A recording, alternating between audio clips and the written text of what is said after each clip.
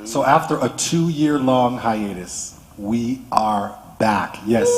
Welcome to Unfiltered. My name is Randy. My name is Kareen. I'm Carrie Ann. I'm Lennox. And we're all excited to just be here to just talk about some real stuff. We don't have an agenda. Yep. We don't have anything planned, but we're gonna just talk and have a great time. How you guys doing tonight? I'm good. I'm excited. Super excited. Can't wait. Yeah, I think it's going to be great. Yeah, I'm good. So I think one of the things that we wanted to discuss, again, we don't have an exact theme per se, but I think we want to talk about our journey. We're all members of the same church, Yes. The best church in the city, Yeah. maybe in all of North America, but we'll leave that alone. But we've all had, various journeys getting here. Some have been here longer than others. Some, like me and you, Minister Lennox, or Lennox, just got on the boat recently. But we've all had our own journeys. We'll talk about it today and talk about others' journey and talk about, things that, why do people stay where they are? Why is it so difficult sometimes to transition to a new place? So let's just talk about that today. Now, I came to K-Life, 3 years now? Time flies, man. Time flies. Wow, About 3 years. Yeah, Wow. I came right before December 2019 was actually his first time to come. Yeah. So right before the pandemic. And for us, I'd been at a previous church for 10 years.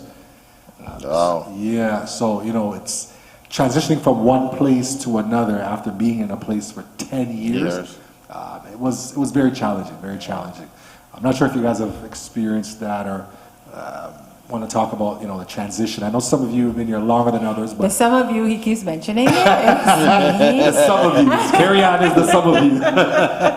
Carrie Ann is the some of you because I've only known Kingdom Life to be my church. Nowhere else. Not in Canada, no. Wow. I've only been at Kingdom Life. I got baptized here July 2nd. The year was 2000. So, yeah, do the math. 22 years now. 22 years. Yes, so I was baptized here. So I've never ventured out into the wild. So, yeah. Yeah, it can be pretty wild out there. All right, so Lennox, you and I kind of came close. Yeah, like 1 month apart. Was it 1 month? my God. Yeah, you came in December, I came in January. Oh, okay, I didn't realize that. Talk a little bit about your journey. Don't, let's leave names out of it. It's unfiltered, but, Unfiltered. let's use wisdom. But talk a little bit about your journey, where you're coming from, what led you to K-Life? Well, what was that like? Well, I came to K-Life out of a need, just wanting to do more, be more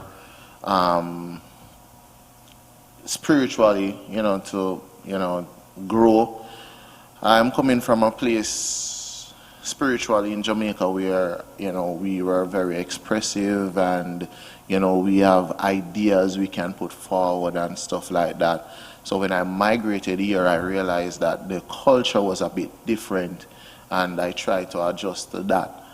But I found out very quickly that, me trying to adjust, it was like one of the worst things, adjusting to the culture here, because it was way different than what I'm used to.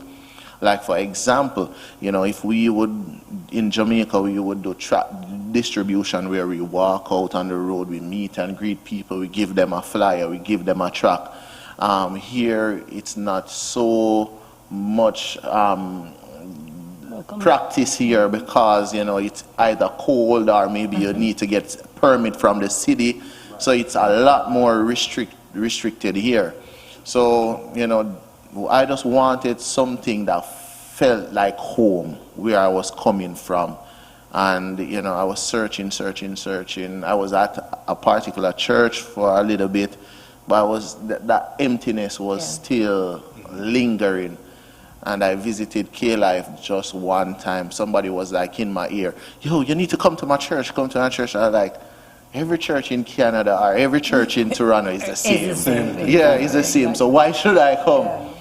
Ironically, you know, the person pushed me, tug at me so much that I decided to come. And they gave me the address, 1166 Cardiff. I came and I said, see that same thing, because he even look the same way. That's not true. Our colors are definitely different. So when I walked in and I noticed that the music presentation, the praise and worship was different, I was like, all right, let's not get too excited, you know. So I sat there and I observed what was happening, and I realized that people was just freely worshiping. Like, it's not restricted, like, all right, saints, it's time for the offering, so sit down. Or people, they were just moving just by the Spirit. Right. I was like, this is the place to be. Reminding me, like, welcome to Kingdom Life, where the members are unruly. And then, guys, but we know. It's then the preaching was awesome, and at the end of the service, one person got the Holy Ghost, which at that time I've never seen somebody got the Holy Ghost since moving to Canada, going to that party. I've never, like, wow. I didn't witness it. So when I saw it, I was like, this is like Jamaica back home. So I saw the person got the Holy Ghost, and then somebody came and said they wanted to be baptized. I was like, yo, I was talking to myself, yeah, bro, this is it. This is it. So, you know, I took a time to transition, because, you know, you have to do things orderly and, you know, respectful. So I didn't just go back and say, hey, because that previous church did a lot for me in moving here as well. They helped me to find somewhere to live and to get settled. So they were good to me. You know, so I had to be mindful in moving on, but I know that spiritually I wanted to be somewhere else.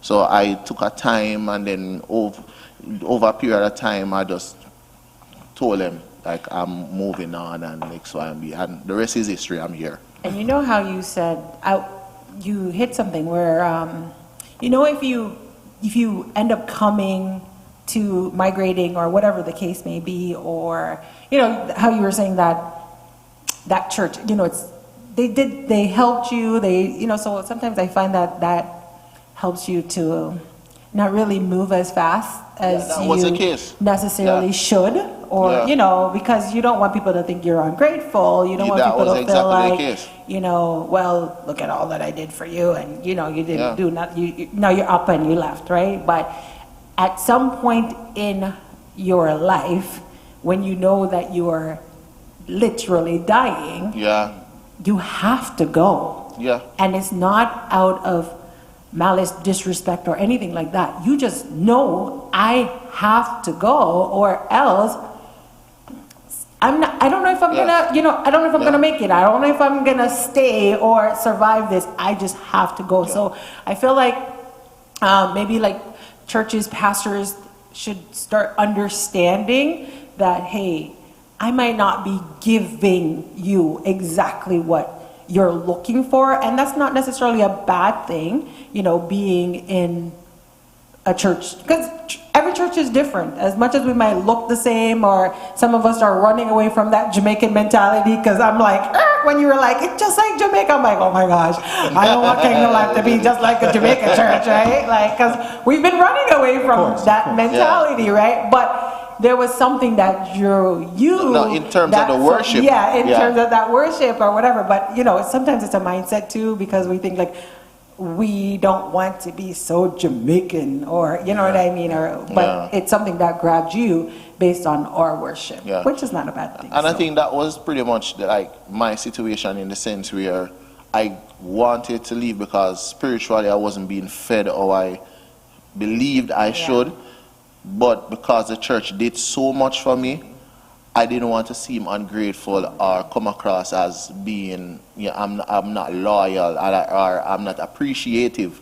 So it was very difficult to let go, even though I know I had to let go. Yeah. Kareen, how did you get here? So, this is a very funny story. So I heard about Kingdom Life when I was in Jamaica.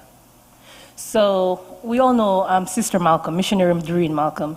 She came to Jamaica and she was staying at my church, and she and her sister, they came, and I was working at my church at the time because we have a retreat center, and I was the one who took care of them while they were there. And I remember she went on about this kingdom life is the place to be because new life is a kingdom. I'm like, okay. And I remember she marketed the church in such a way, like literally when she was talking, I could visualize everything. And I remember, and she can confirm, I remember I said to her, whenever I come to Canada to live, I'll be going to this kingdom life. Yeah. So eventually I came to Canada. The transition was very difficult for me because everything was new. It's the first I'm leaving home. It's the first everything was new. Everything was new for me, and it was a very hard time. And so I was going to the former church where I was at, and I came to Kingdom Life. So like if I go to that church Sunday, I would go to Kingdom Life the next Sunday. So I could see the difference. And while doing that, and then eventually, we made the decision, as I said, we made the decision that Kingdom Life would be the best place for me to go. And sorry, who's the we? The we is my husband and I. Oh, okay. Yes. Yeah. All right. And Nigel didn't have a problem with you? My husband didn't have a problem with me coming to Kingdom Life, number one, because, well, this is Uncle's church, number one. Number two, we teach the same thing. We believe the same doctrine. So it's not like it's anything different or it's an erroneous doctrine or anything like that. However, there were a few people, how it was difficult for me, because remember, I'm new, I don't know anybody. So it's because I wasn't really there for long. I don't think I was there for a year. And lovely place, beautiful place, but it was just not for me. Yeah. And no matter how I tried to feel connected, I just never felt connected. I just felt this has nothing to do with the people. That was just my experience.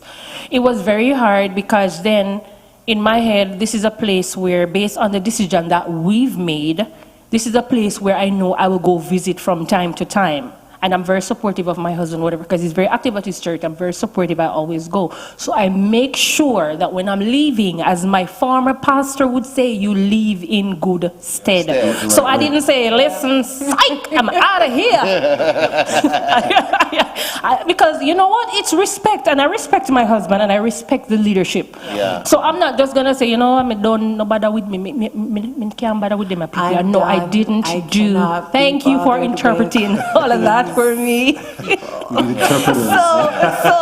So I went and I had a conversation and I said, Pastor so-and-so, you know what? And I explained, and I remember he turned to me and he said to me, I know your pastor, I know where you're coming from, and I expect this because I know who your pastor is. Because I said it to him, and he said, I appreciate it and I respect you for letting me know. Because at the end of the day, I have a husband and I love my husband. I don't want to do that because at the end of the day, it's going to affect, I don't want to do that. However, you have few people who they didn't think, and this is where it was hard for me, where they didn't think it was right for me, and they came blatantly in my face, and they will shun me publicly, and they will tell me, oh, you're being disobedient, oh, I see you wear the pants, you do this, you control. What do you mean? No, I don't. You don't know me. And it was very hard for me because I am vocal. And literally, I know emotionally, if I open my mouth, it would not. And I wanted to represent myself well, God well, and my husband. Right. So I decided, literally, whenever they come to me, the few, because just a few, my husband will hold my hand and I will count in my head.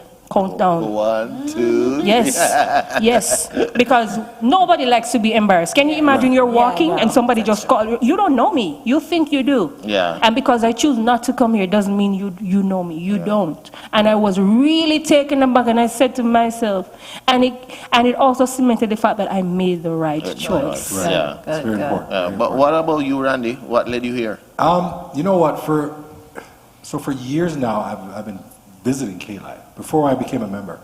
My previous church is literally 4 or 5 minutes down the street from here. So, yeah, literally. You didn't So, know. you didn't know that? Everything's coming out on Unfiltered. There's a tree out, brother. No, it's true. About 5 minutes from it's here. not Yeah. far. Turn right. Anyways. Okay. So over the years, like we were always here, my wife and I, even before we got married, we'd visit for a convention. I remember being a visitor and saying, why do you have so much services? Every month, K-Life had a service, right? And we'd come and we'd visit. But I'd spent 10 years at my previous ministry, previous church. And what led me to K-Life was simply my season was up. Yeah. You know, my season was up. Oftentimes we don't leave churches until there's scandal. Yeah. Let's be real. Yeah. Sometimes we don't leave church until yeah. something goes wrong. Yeah. Yeah. Right? Somebody harms you or you're offended and you pick up and leave. And for us, it was just our season was up. I still have a great rapport with my previous bishop. We still message back and forth. But we got to the top place where our season and our time was up. I heard something a while ago and I think it was so powerful. And I'm paraphrasing, but the person said, the same person who discovered you might not be the same person who nurtures you. So sometimes a pastor or whatnot might be the one who discovers that there's a gift in you. Yeah. But God might send you somewhere else to be nurtured. Yeah. Right? So our season was up and we were, looking for a new church. And I told myself, I'm not coming to K-Life. I told my wife, I said, I'm not going to K-Life. And it was nothing to do with K-Life. It was the stigma of, K-Life seemed like the easy choice, right? It was like, everything was good there, and I was like, I'm not going to K-Life. So anyways, we had visited other places, and I was actually quite convinced we were going to end up somewhere else. I won't say the name of the church. And I told my wife this is where I want to be, and she just wasn't feeling it. And she said, let's just visit K-Life. I'm like, I already know what K-Life has to offer. We've been there many times, but it just seemed like the obvious choice. And she actually came on a Sunday, and I think I was working. And she's like, you know what, maybe you should visit on a Sunday. Because even though we've been here, coming to a church on a Sunday is different. You come on a convention, but being on a Sunday, you can see what the church is really about. You know what I'm saying? Yeah. So we came on a Sunday. And I kid you not, it just felt like home. Wow. And even then I hadn't made up my mind. And I had gone to see, we all know Minister Gary Harper. He was making a shirt for me or something. And I'd gone there to say that one. No, not this shirt. A different shirt Carrie had. I bought this one at Tip Top. But I had gone there and we just started to talk. We sat down and talked for about 3 hours. And after that conversation, I said, K-Life, I want K-Life to be home. And the reason was when I got a view of the vision of K-Life, there was two things we were looking for: integrity and vision, a place that was going somewhere. I wanted to know that my tithes and my offering was going somewhere. You get what I'm saying? And when he spoke about Bishop Smith and the integrity and the vision and whatnot, that we just burned our mortgage, last year? Yeah. How many churches are burning mortgage in 2020? You know you're doing something right? So that's how we ended up here, really. And it just felt like home. I was attracted to, I'm not saying it's because Bishop's our pastor now. Yes. Over the years of visiting, Bishop Smith has always, praise the Lord, Minister Riley, how is it? And he's very outgoing. He's always been that welcome, opening type of person. And then we get to know him, right? As a person, we all know our bishop, we love our pastor. Just a man that, a man of integrity, a man that is down to earth. I wanted to go to a church, this is Unfiltered, let's keep it real, that was free of any kind of scandal, I didn't want to really attach myself. So those are the things that attracted me. And best decision I've ever made. I'm grateful. I have a follow-up question for you, though. Hold on, before you do the follow-up question. So, to be unfiltered, I remember when you guys started visiting, or just came to visit, and of course you're like with your friends, and you're like, so you think Randy and Sam is gonna come? And I mean, honestly, we're all like, no. I didn't think so either. And it's because, Kingdom Life sometimes, it seems like it is the obvious choice. And so I think sometimes people feel like, well, we're not going to go to K-Live because that's where everybody's going to everybody look goes. for us. Yeah. And everybody's Yeah, going to, I get it, everybody's going to say, like that's I the bet you easy said they're choice. leaving to go to Kingdom Life, Yeah. right? Yes, yes. But, I'm glad that you touched on what you needed. And even though Kingdom Life may have been an obvious choice, but finding what you're looking for and staying because of that, Absolutely. not because of a church's popularity or because, a friend did tell you about it or whatever. But coming here and finding it out for yourself Absolutely. makes a big difference. Absolutely. Right? So, sorry, Absolutely. go ahead. Go ahead. Can I piggyback before you? Sure. Ladies first. Go Okay, ahead. so Randy, when you were there talking, and I was thinking to myself, like for me, just like you said, leadership is very important. Very. Like in terms of when I talk about leadership, I look at Bishop Smith and his wife. And one thing I love about Bishop Smith, outside of the fact that I get to know him outside of church and what I see there and what I see personally, it's the same thing. Right. Yeah. He is honest. I like that. He is faithful. I like that. I like and what I like about him, I like the way how he loves his wife. Yes. Oh yeah. Oh, we know she's gonna get a nice little tubes up there. Oh yes, yes. I love that. You know what I love about that is like a lot of us, we're not really coming from not many persons who come to church or who view it on live stream come from like wholesome homes. Come from wholesome homes. So you get to see your pastor talk about love, but he is showing it. It's being demonstrated, and he is a go-getter. He aspires, he influences us. Yes, he's career-minded, he's passionate, he's driven. He's super duper cool and duper smart. Shout out to Bishop Barrington. Yes. Somebody said something years ago, it never left me. It said, no offense, it said, someone said to me, women will follow a pastor for all kind of reasons. Some women follow the pastor because he's cute, because, whatever. But to get men to follow another man, it has to be a person of integrity, a person of good character. And the person said to me, anytime you want to see a church that's going somewhere, look for men. That's true. You see a man that can lead other men, you know they're doing something I've never even thought about that, but it's so true. But I have a follow-up question to what you were... All right, so my question is, you said the Sunday that you came and it felt like home. Was the transition the same? All right. So you came, you visited, and it felt like home that particular Sunday.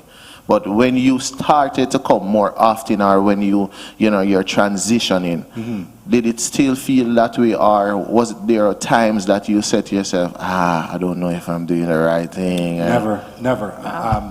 There's never been a moment that I thought I didn't make the right choice.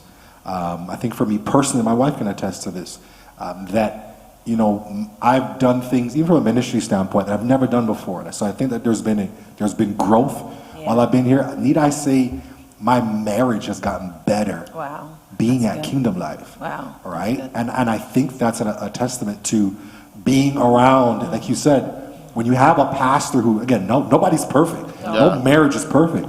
But when you have a pastor who truly loves his wife, or we know Bishop loves Lady Smith, and you see that at the forefront, How can you not? So a lot of things changed in our lives.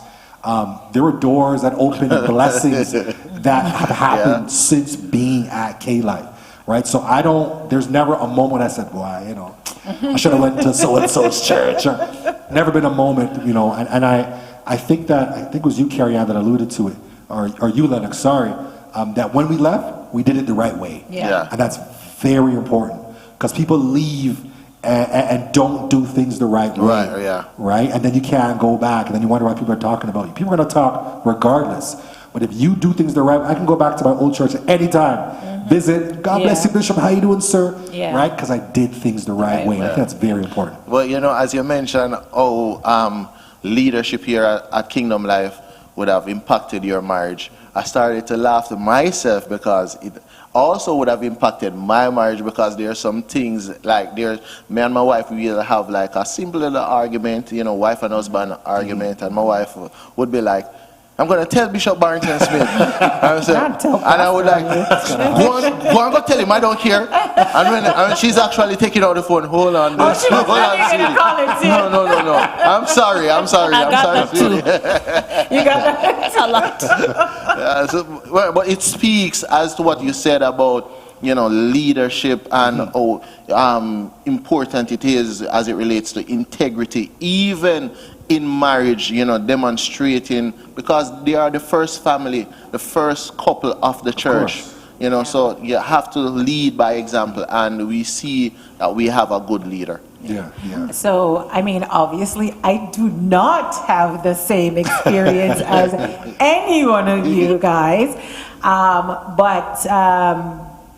I mean, I got saved in I think I turned 20. I just aged myself, but, in your prime of my life, I'm just going to say it. I was, ready to go out there and see what the world had to offer. Yeah.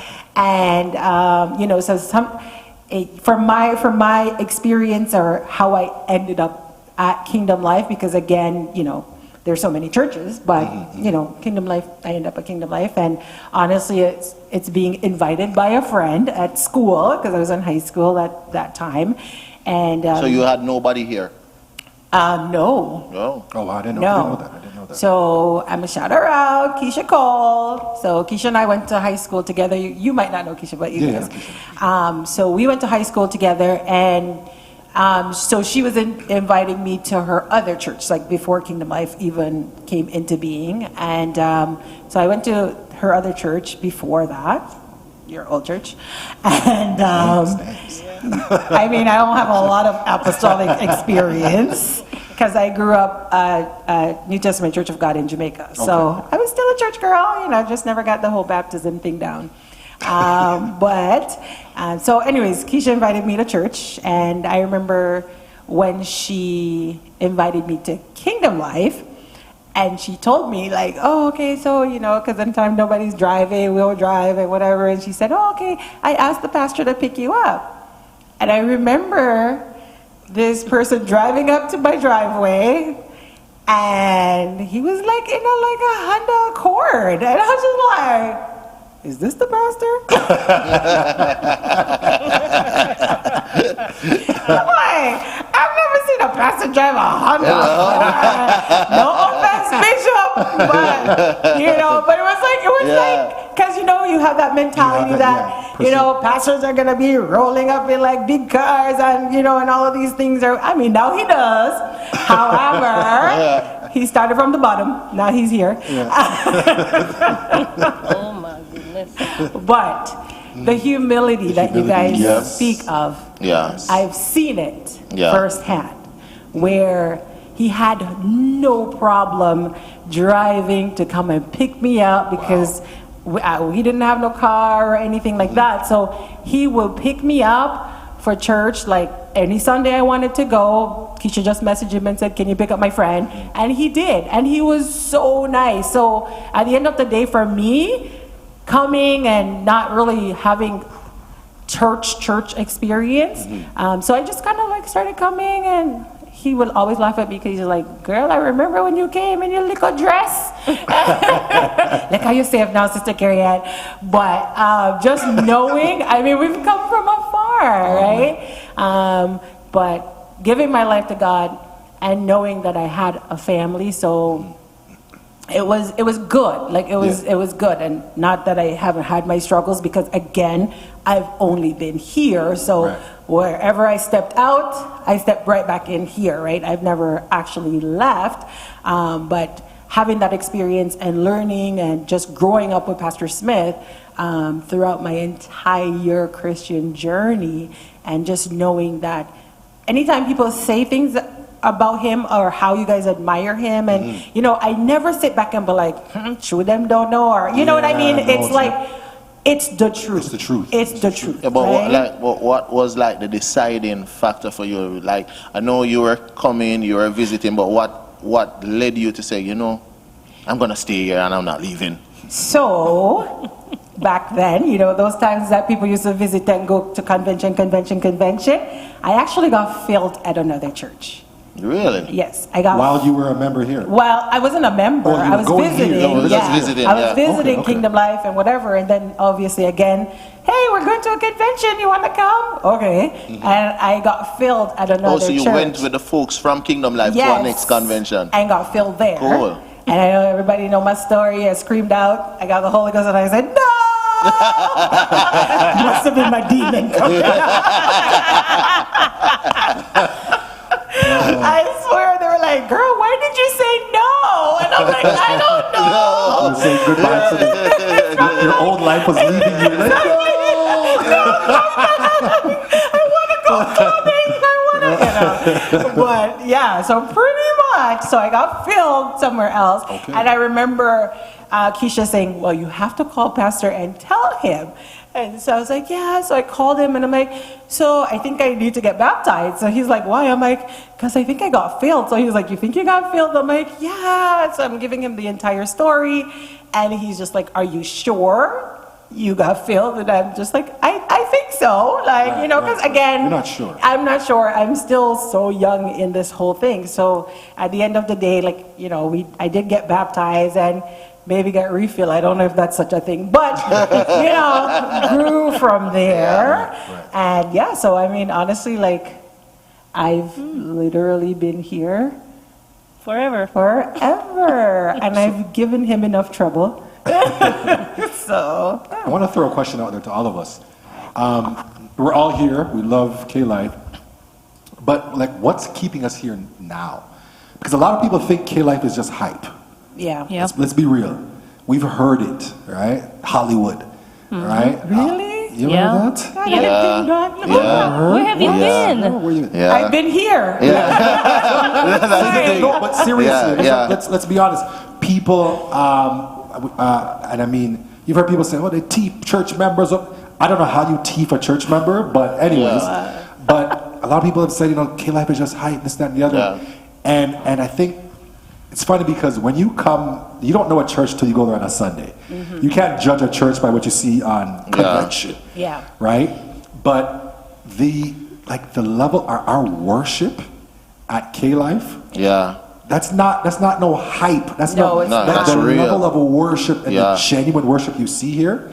So let's talk like what's keeping you here now? So for me, and I'm always going to go back to my, I guess what you call it, that origin and that start. I remember being at church where a message couldn't even be preached. And a lot of people came because they were hurt. And I think Pastor Smith saw that and knew that they needed to be helped or healed or... Listen, I remember there were Sundays where you couldn't even walk. It was a small little community center, and we had our little chairs out. And by the time a song or something is said, when I tell you, people were just laying on the floor, just crying and just worshiping, and you could see that they're being healed. Right. So those things, for me, as much as I struggle at times, those things, when I think back on those things and see how much Kingdom Life has grown or people have grown and seen the help that they receive, honestly, some things that make me think twice, I always go back to my roots. Because Kingdom Life is my roots, and I remember where we're coming from. Right. So that genuine worship, that, just... The word, you just move the chairs because the ground is wet. Yeah. People didn't care about their suit. They didn't care about their dresses. Just, when I tell you, they were just laying prostrate, just worshiping and crying out to God. It was a true experience. Yeah. So those things, that keeps me here. Yeah. I think for me, it's a combination of different things. The main thing, the worship, the fact that you can come to service and you can just lose yourself. The main thing, you can come to church one way, and you leave a different way. Right. People, they're still getting the Holy Ghost right before your eyes every Sunday. Right. Baptisms. Baptism as well. And also, I think Jesus, in his ministry, he catered for the total man, not just the spiritual man. And I find that that is the case here at Kingdom Life. We have like various programs. We have prison ministry. We have food bank drive. We have the young people go out to downtown Toronto or Mississauga Square, and they give out food packages, and you have different things. You have you have a team here, the hospital ministry, the hospitality ministry here that actually goes out and will visit hospitals. It caters to the entire man, and not sad to say, not a lot of churches have these type of program. Most recently as well, you have parents that wants to worship and worship freely in church, but because they have the little young one, our church, you have children church. These are the things we take for granted, but a lot of churches don't have it. So those are the things that. And finally, the heart of the man, the heart of Bishop Smith. I can't say it enough. I've gotten the opportunity to travel with him, and I see people, after he finished preaching, people crying. And there was this one occasion where this guy, he was foaming from the mouth, but he was crying and he was reaching out to God. And I just saw Bishop Smith just came off from around the pulpit, went down and just hugged him. The guy was sweaty. The guy was, foaming from the mouth, but hugged him. And when I saw Bishop Smith approaching him, I was like, dude, no. No. But he went and he just hugged him. And that just spoke volume to me that it's not about the bling or the hype of ministry, but it is what it really is, ministry. So those are the things that's keeping me here. Kareem, talk to us. Okay, so for me, Kingdom Life represents fertile ground. Number one. Number two, it is obvious that our leader is called. He's equipped in every season, every stage. Have you guys ever really taken notice of Kingdom Life's creed? That speaks about new life begins at Kingdom Life. And it's like every time that's how I feel. And it's not only from a spiritual standpoint. It allows me to think, okay, this is who I am. I'm a new creature. And it's not a one day I'm a new creature. I'm consistently new. I'm supposed to consistently remain new. And that is what Kingdom Life does for me. So, and also it's a place of growth. I have grown in a lot of areas of my life. Like, I remember one time Pastor preached a message. Yes, it's you me talking. You need to iron your husband pants. I get up and I say, yes, Pastor, it's me. Yes. You don't know. Yes, but he was preaching a sermon. He was preaching a sermon, and I remember, God, sometimes we know this pastor is preaching something, and then all of a sudden he just say a couple things that have nothing to do with the sermon. Like some little nuggets of gold. But it has to do with somebody in the congregation who needs direction. And I'm like, because I remember I was having an issue, and I'm a very domestic wife, so I decided I'm going to iron the pants, but I was not feeling it that week, and I was just really upset. And I'm like, whenever I'm going to iron it, Jesus will tell me when to resume. And I remember I went to church, and Pastor, he was there preaching, Randy, and he literally, and I said, yes, Jesus is me, I will obey. So how long were you on the ironing hiatus? It really wasn't a long time. No, it wasn't a long time. And I think no. I normally iron ahead. No. And I remember, and I'm like, this is what I'm talking about, because sometimes you want to communicate something and you're not in the position to say, you know what, I want you to pray for me. But at the end of the day, the father of the house, Jesus, would reveal. And I'm sure it happens to all of us. There's something you're going through and you would like to say something, and sometimes you might be afraid to say it, or you might say, you know what, it's okay. And then he's there preaching, and then God just inspired him to say, you know what, Kerry needs to hear this. You know what, Lennox needs to hear this. You know what? Randy needs to hear this. So you gotta say, maybe he needs to launch out more in his business. So you gotta say something about entrepreneurship or something. So yeah. I just got to interject though. Bishop Smith, you have a new preacher. Yeah. But Randy, what about you? What's keeping you here, bro? Oh, I don't know where to start. Where do I start? You know what? I think that, for one, I'm a worshiper. Anyone who knows me, And Bishop is a worshiper. I'm a worshiper. You know, far before I'm a preacher, I am a genuine worshiper. And I alluded to it earlier, the worship. I think we have the best musicians in the world. Yep. Best praise team. So the quality of our music. Yep. You know, good music attracts people. Let's be honest. Yeah. And when you hear our musicians play, you can't, like, if you sit down quiet in K-Life, something's wrong with you. Yeah. Something's wrong with you. Yeah. The genuine worship, of course, we spoke about how great our pastor is and the First Lady. You know what, there's a renewed joy that I see in my wife and my children. Shout out to Sarah. Right? They are, not that we weren't happy. Yes. But there's this renewed, the other day, and I'll be real, for those of us who know, we live about an hour or so away from church. And I'd worked a Saturday night. I was tired. I said, God, you know I'm tired. And, I said to my wife, I said, you know what, I'm not going to make it to church. I'm beat. I'm tired. And she said to me, God bless us with this house, and we're not going to allow the distance to deter us from going to church. Right? And I said, look upon this woman. Because there was once upon a time, she'd be like, it's okay. You're tired. But there's this renewed zeal that I see in her. Wow. And the children love coming to church. So when you see that your family enjoys being somewhere, as the head of the home, you know something is right. You're doing something right. Right, yeah. And then, of course, there's growth that has taken place in my life just being here.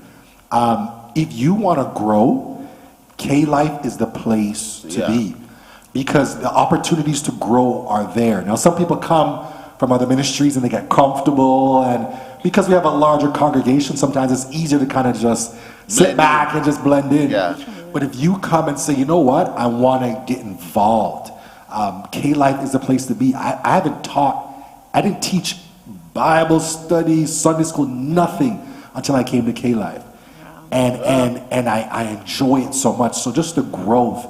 And I think that, when I first came here, Bishop Smith said something to me. He said, Mr. Randy, I never heard you preach a word before, but you're going to get a chance. And if you mess up, well, you got a chance. And if you do well, you get another chance. Something around those lines, right? And just the fact that this man of God trusted me. Yeah. There's so many churches that, not just me, but even young people, like, there are churches that young people play music and sing on praise team. That's it. Yeah. That's it. Wow. Right? You got to have some gray hairs before you stand behind that pulpit. Yep.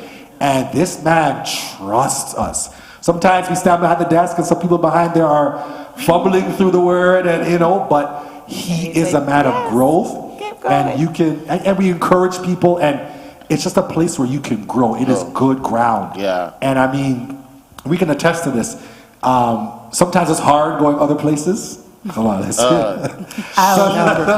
I never tried. Sometimes, super hard. even just to visit. Like, sometimes we'll go to support another church or a conference, and I'm like, because it's like, the flyer says 7:30. It's 8 o'clock. Church hasn't started. This would never happen at K-Life, and it's so hard. The last time I visited a church, I found a husband, and I never visited again. and just even like the structure.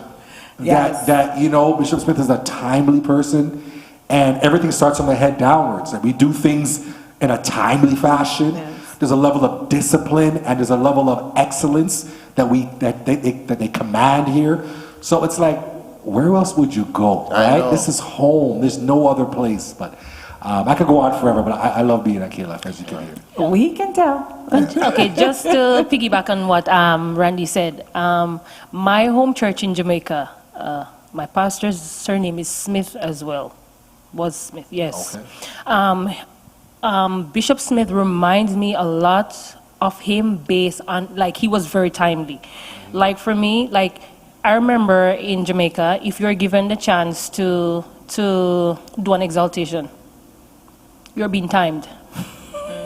Yes, so he taught us time management. Right. That you cannot get 5 minutes and believe you should be doing a half an hour. No, the preacher is coming. So there are a lot of things that resonated in me with Kingdom Life from my home-based church in Jamaica. And that's one of the reasons why transition as well was easier. And even on that same topic of growth, like, since coming to Kingdom Life, everybody knows that, like, I'm not like the earliest person. Like, Oh dear. We don't know that. Do we know that? idea. See how we put it? I'm not the earliest. Like, Quote we're unquote. I'm not late, but I'm not the earliest. Confession But is I find though that, you know, there's some growth that's happening in me because like I'm more anxious now, like to get through the door, get to church on time. And in visiting other church, as to, you know, Randy would have said it, like you're so uncomfortable there because like it's not like church is starting late, or you know you're taking too long or with the mic, or and that's all because of Kingdom Life. So you know that you're in a right place when it's impacting you and impacting you in a positive way. The bar has been set high. The bar has been set high. Yes. I don't, again, you know, I love Kingdom Life, and, you know, for me, honestly, I have my ups and downs because I've never been anywhere else. I truly, sometimes a part of me feels like it's like, oh, what am I missing out there? But then when you hear everybody else, I'd be like, well, I'm obviously not missing much, right? And as I mentioned, like, honestly, like, yeah, I'm pretty sure the last time I went to visit a church, I met my husband, Marlon. And obviously, I think I'm the only one that, I don't know if you guys met your spouses at the church that you were attending. So a conversation of where we gonna go after we get married was definitely a topic of conversation. Well, let me not say it. It was never a topic of conversation. I was like, well, I go to Kingdom Life, so we're going to Kingdom Life. But you know, like it was never like a thing for us because I think he knew. Like, and I was active at that time. So let's be unfiltered. I'm not active now, but Oh Lord. I was very active at that time, and so, you know, I mean, there wasn't a question. I had to stay here.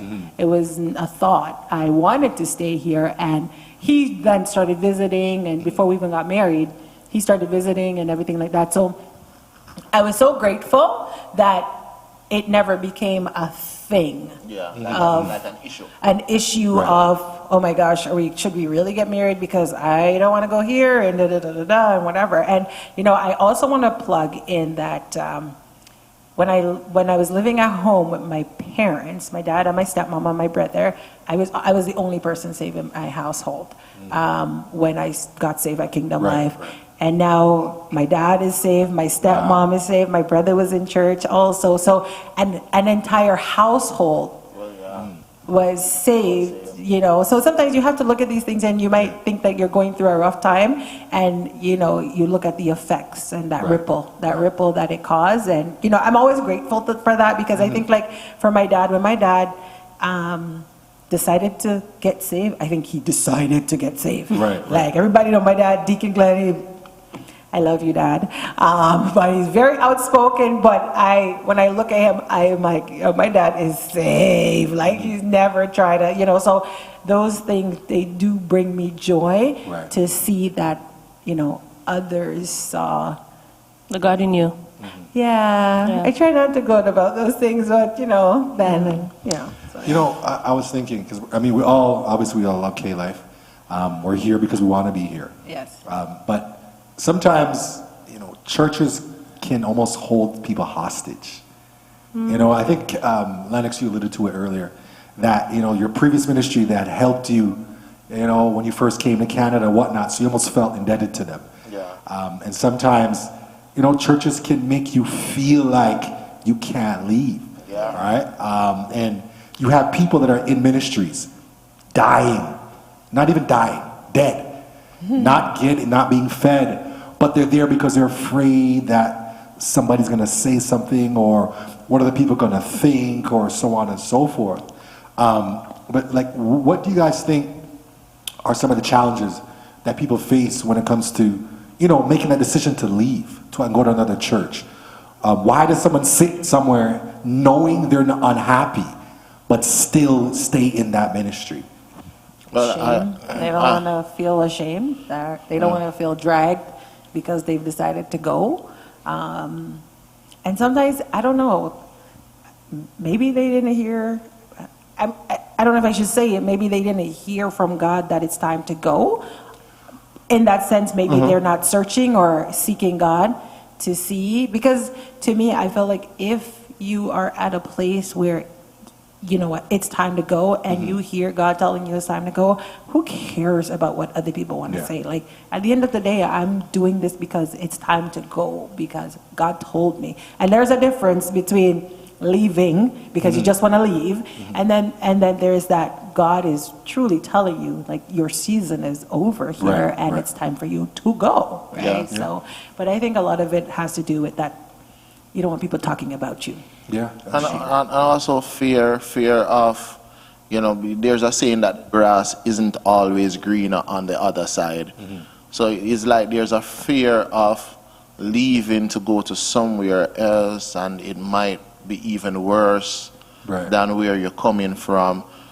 Also, you know, just the mere fact that, you know, ministry on a whole, they're not always the same. And what I find, especially in Canada, is that they're pretty much the same. You know, it's not always the same, but I find that it is in Toronto, it's pretty much the same. So it doesn't leave you with a lot of options. So why leave this church to go to this church when it's almost the same? When really and truly it shouldn't be that way, but it is. So I think it's just fear sometimes. Yeah, no, that's true. I agree. So, like, what would you say to somebody who wants to leave their church for whatever reason? And you said something, Carrie Ann, and it's funny because you said, you know, they may not have heard that God told them to leave. Now, Lennox, I don't know about you, God never told me to leave.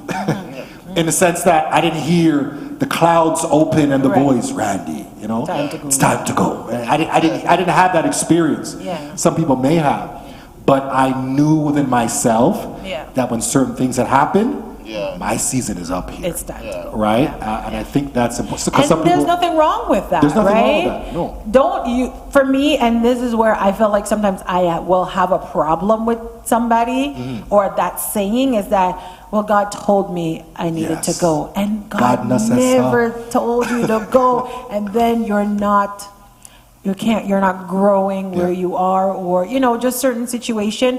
It's better you say, you know what, honestly, I no longer feel that this is the place for me, than to say, God say you should go when God is just but I think that's just the diplomatic answer, though. It really is. I know it's a lie, but I'm not a fan of it.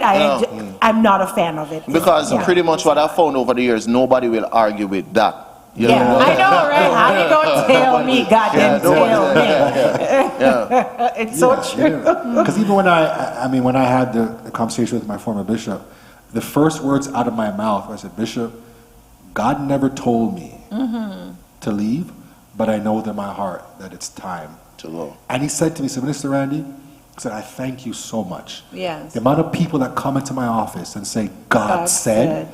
And you know God didn't say so. He said, thank you. And he actually thanked me and hugged me, and we sat there and we talked. Wow. I said, you know, so, you know, we have to be honest within ourselves.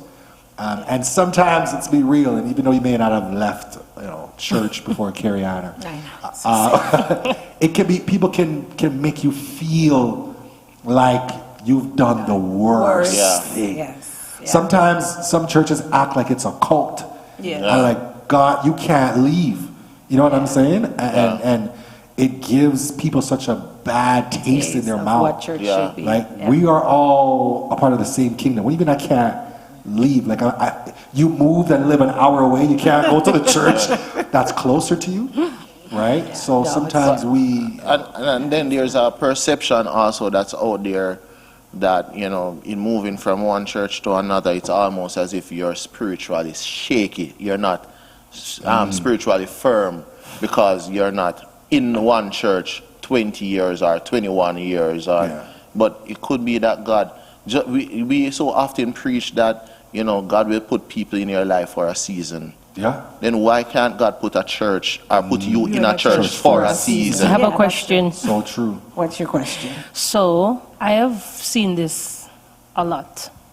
You have persons, it's like every year they change church. No, something wrong. They're trying to find, church hopping. like they're trying to find, I don't know what they're looking for, but it's like whatever gold they're looking for, it cannot be found. What would be your advice to somebody who they love God, but they just cannot find a church home, a place where they feel like they belong and they can be comfortable? For me, I think something is wrong with that, for me, and I tell you why. If you're moving from a church every single year, something is wrong with that, because it means then that you're not spending enough time praying so that God will direct you to where you should be. I don't think that the search to find the right church is solely left up to you, rather than you being directed to where you are to be. So I don't subscribe to that chain of thought that, you know, I'm searching, so I have to move from this church to that church. Because at the same time, though we know that our God is not a orthodox type of God that can be placed in our box, but he's still a God of principle, he's still a God of order. Yes, yes. You know, so I believe that there should be some level of consistency in where you go until God directs you to somewhere else. Just to church up, I feel like something is wrong with that. Yeah, To I agree. To piggyback off of that, think about it in the secular world. If you have a resume and every year you're in a new job, Yeah, that's a turn off. that's a turn off from an employee. Yeah. Right? That shows that there's instability. Yeah. Right? Why is it that you're jumping from job to job each time? Right? So, you know, people like that need to do some real soul searching. Because again, you know, the Bible says a double-minded man Unstable is in all his unstable in ways. all of his ways. Yeah. Right? So there's something going on there. And people always say, oh, they can't find a good church. Because every church has fault. As much as we big up K-Life, we love every church. Yeah. It's a hospital. They have an There's going to be issue. sick people. Right? A hospital is filled with sick people. People are coming out And of... no church is perfect, There's no right? perfect No church. church is perfect, because we're all humans in trying to do things right? Or trying to live according to the word of God. And at the end of the day, nowhere is perfect. Kingdom life is not in any way, shape, or form perfect. And because at the end of the day, there's something that you might just absolutely love about kingdom life, and I'm just like, Lord, if you could just take that one thing away. Like, I cannot take it, right? So nowhere is perfect, and nobody is perfect. You can't get it perfect.